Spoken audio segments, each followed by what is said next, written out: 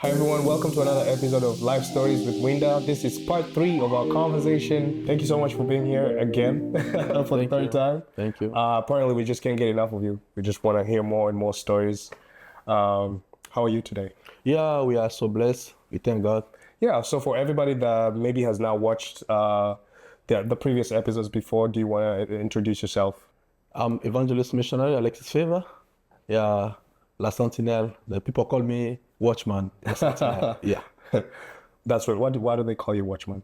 Watchman because I'm the one who taking care of the city. So just there, where people sleep, me, I'm just there, walking around, watching around, so people may be safe.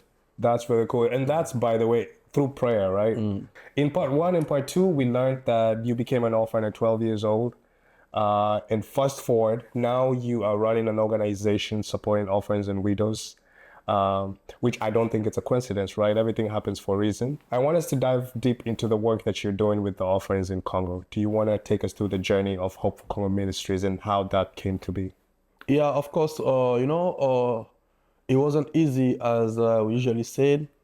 Yeah, today we are talking about Hope of Congo Ministries. I was studying in Kinshasa, but with a small beginning, it was like, okay, God, God, God. Finally, when I read, when I was in Kenya, we tried a little bit, but it was like up and down, up and down. So finally, when we came in America, 2013, and then where we started everything. I remember to start in America, when you are in America without car, without house, let's not say house. So you are renting an apartment, but without you are not settled yet. Yeah. You are not settled yet. But there's another how can I put it? Another load. They're loading into something else. Yeah. So, but because we knew that God is the Father, God is the provision, God is the visionary, God is everything for us. So we belong to Him. We started God, said, God, we have trust in you. We want to see how we're going to do things. I remember we had like $8 per hour. That was our salary. And this was in 2013. 2013. Yeah. $8. I and my wife and Abraham was going to school. So it's like, okay, even you, the little party that you are doing, you need to contribute something here. So without a car, we are going to run to catch a bus. Snowing, man, it wasn't easy. Yeah. That's why if those who watch part 2, you see that the journey with God will never be easy. Even Jesus, He told us openly, it's not going to be easy, but I'm going to be with you. Right. That's the good part of Jesus. I'm going to be with you. So we decided, I called Congo, I called all the pastors that are working together, Hope of Congo Ministries family there in Kinshasa. We started with 10 kids, send them to school. Then 20, today we have 32 almost, and 15 widows. Okay. It wasn't easy. So especially, I thank God for Mama Nicole Favor and Abraham who are there. It was a sacrifice, a big sacrifice. We don't have a car with $8. You need to pay rent, you need to feed your family, these are so all the bills in America. But we decided, say, God, we know we cannot make it without you. You're gonna do your job, and we are there just to praise you. So where we are today. Wow, amazing. So let's go through the entire process. So you get here in 2013. Yep.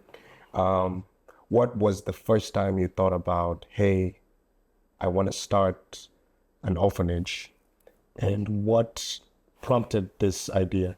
We didn't start in America. It's a good question. We didn't start in America. I said I started in Congo, and then in Kenya. So the same mind, the same vision, the same focus and determination that God, you're gonna do it. We know you're gonna do it. Not us, not by our strength, but through your grace, you're gonna do it. We believe. Then when we get in America, I think the same day we got in America, when we started to work, the same day I told my wife, I said, you know what?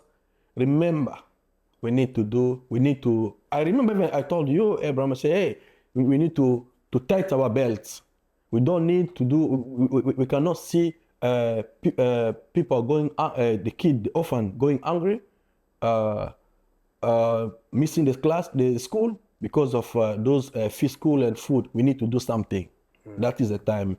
It's better for us to invest in people's life than to leave them like that. And then my wife was like, okay, there's no problem. If you say so, okay, let's do it. I know even my wife was like, ladies, it's sometimes it's tough, I need my earrings, I need my zipper, I say, yes, I know all those stuff will come, but for now, you need to hold on. Just be patient. God will provide.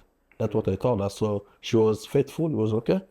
Let's do it. So that's where we started. So from that first step, okay, so you took the first step, sent some money to support the orphans. So what was the next step that you took to begin the process of making this real organization? Yeah, so we started sending money in Congo because, here in America, you need to process all the papers, the paperwork. So we started sending money before.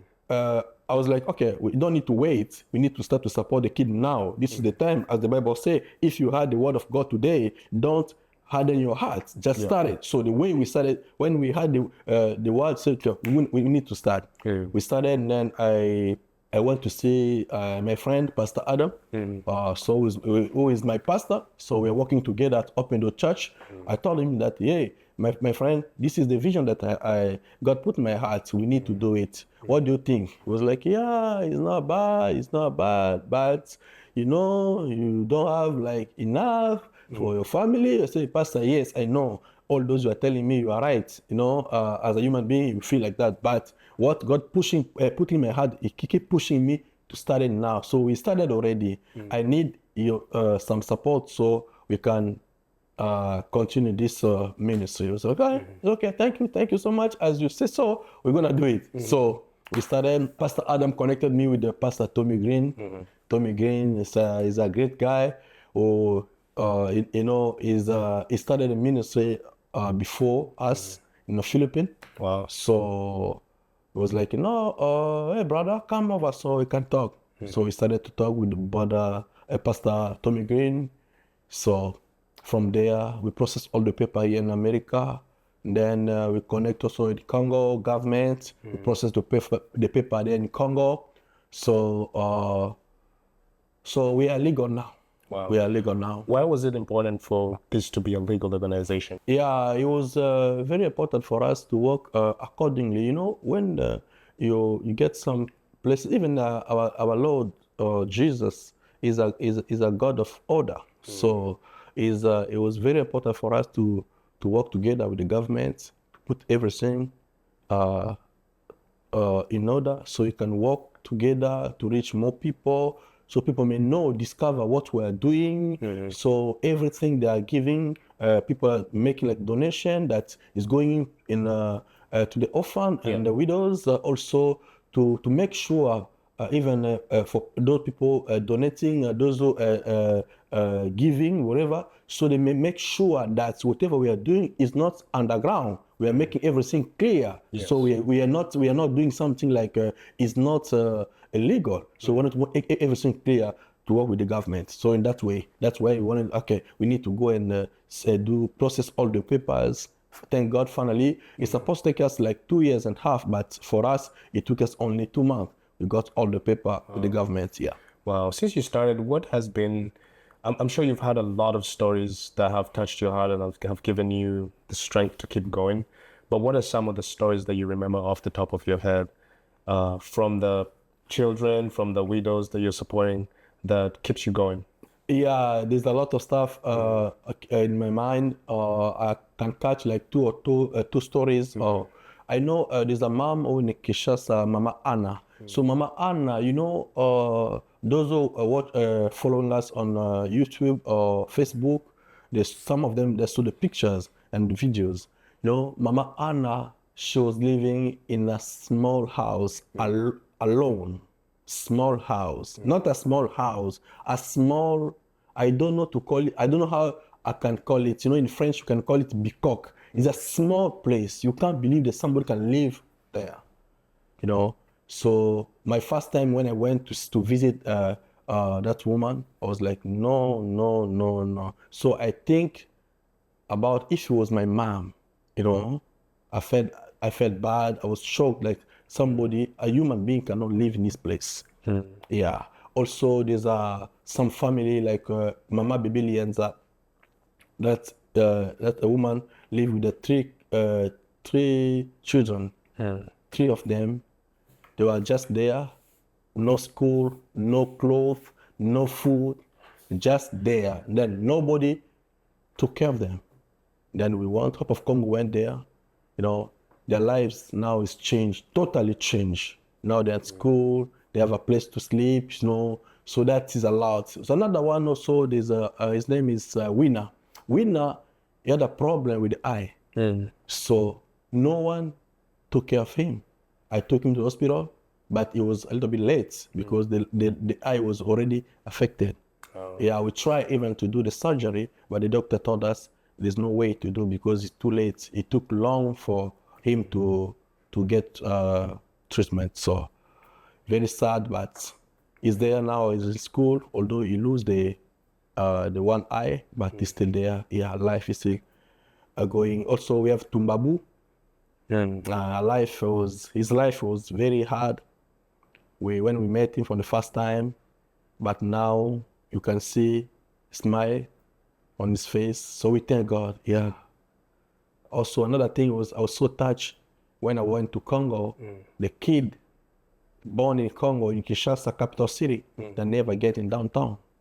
Wow. Downtown. They've never been to downtown. Now it's downtown. In the same city. Not only the children, even the widows. Wow.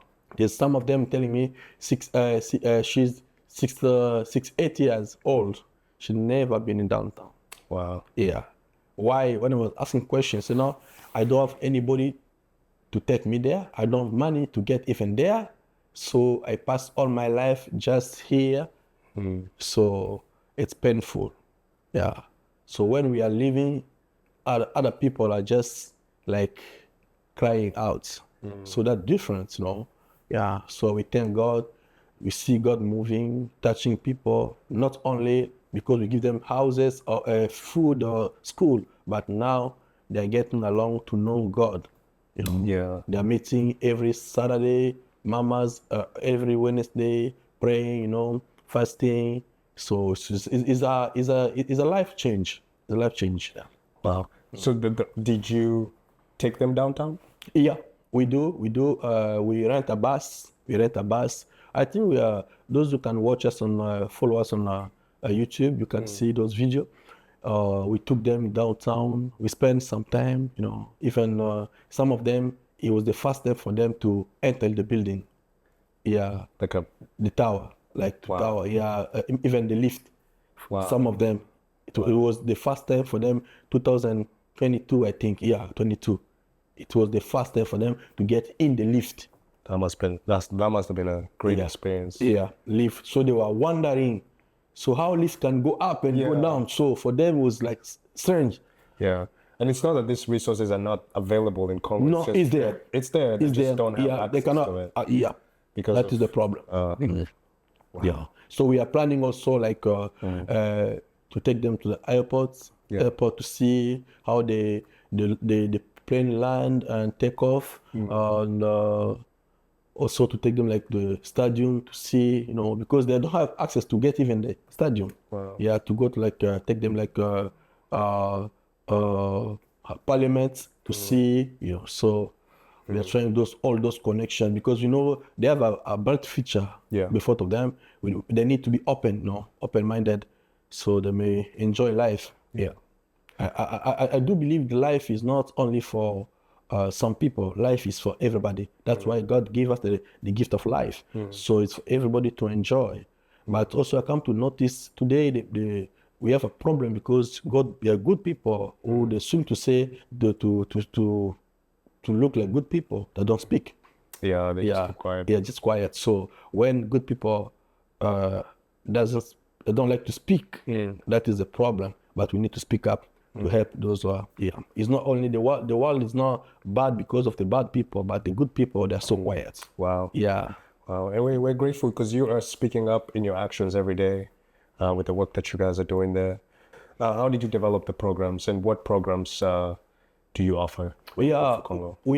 First of all, our motive first is for them to know Christ Jesus, to stick with Him. The secondly is to go to school. School is very important for them to have a better future. Yeah, you cannot get you can have God, but school is also important for them to know how to learn, how to write, how to know to do stuff in life in the future. Also, that's what is our focus for now. But so far, we have some people there, the pastors, teachers, doctors who are trying to giving them direction to continue what they are doing. Yeah. So you have a few pastors and teachers that come and do mentorship. What other programs do you all have? Yeah. Apart from that, we are. I think apart from the program, we build a water well. Water well. I don't know here in America. You don't call it like water well. Yeah, it's a well. Water well. Okay, yeah. Water well, fontaine. Yeah. So it's helped a lot. You know, that's part of the city. They had hard time. That's one of the big challenges. Yeah, it's one of the challenges. So they have hard time for them to get water. Yeah, the potable water was very, very tough for them. People used to walk like 5 miles to fetch water. Wow, it was very difficult for them. But is nowadays they can get water near them. Sometimes you can go without food, but when water is there, you can even take some to bath. Sometimes some to drink. Is healthy than to be without water, without food. Yeah. So we didn't solve all the problem, but we are trying by God's grace just to bring a little. I don't know, we can contribute to the community. It's not only for the orphans. Now it's the community all around. They're so. They're getting benefits on that. Yeah. What are some of the challenges that you've had with since you started the organization? Because it's been about 11 years now, 11 since years. 2013. That's a very long time. There's a lot of challenges. I remember when we started, people used to tell us, you guys, you're not gonna make it. You're not gonna make it. Whatever kind of discouragements. Yeah, we had a lot, but when you have a vision and you write it down in your heart, you're gonna keep it. So you need to keep. Also, it's gonna be like to tell people that when you have your vision, just keep it. If it came from the Lord, just keep it. Don't listen when people are telling you stuff. Listen to God. Just keep the vision, because the one who give you the vision, gonna give provision, then you're gonna fulfill the vision that He put in your heart. So it wasn't easy. People were telling us, no, guys, you need to settle fast. You need to make sure your life is good. So in my heart was like, when you are telling me to wait my life to be good, how about others? Yeah. So that we have a problem, because most of the time we think about us, we don't think about others. Yeah. So to me and my family was like, no, we're gonna do it right now, no matter what, we're gonna do it. I know even in my family, nevertheless, they were also asking some question.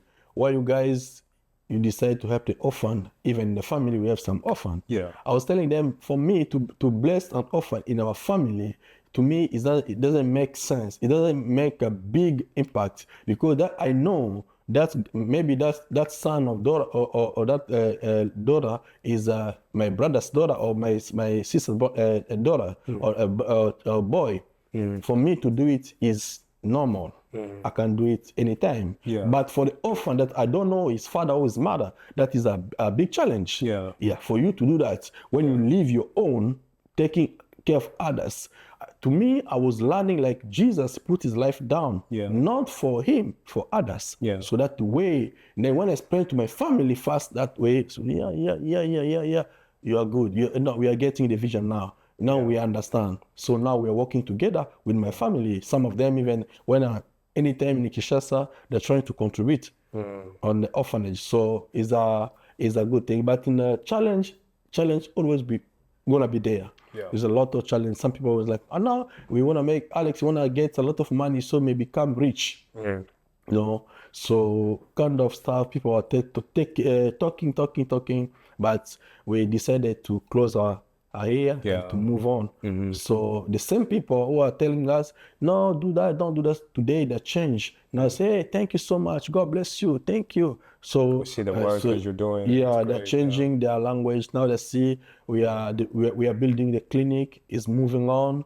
So you can even hear the testimony when the mamas and the kiddos speaking up what God doing in their lives. So people change.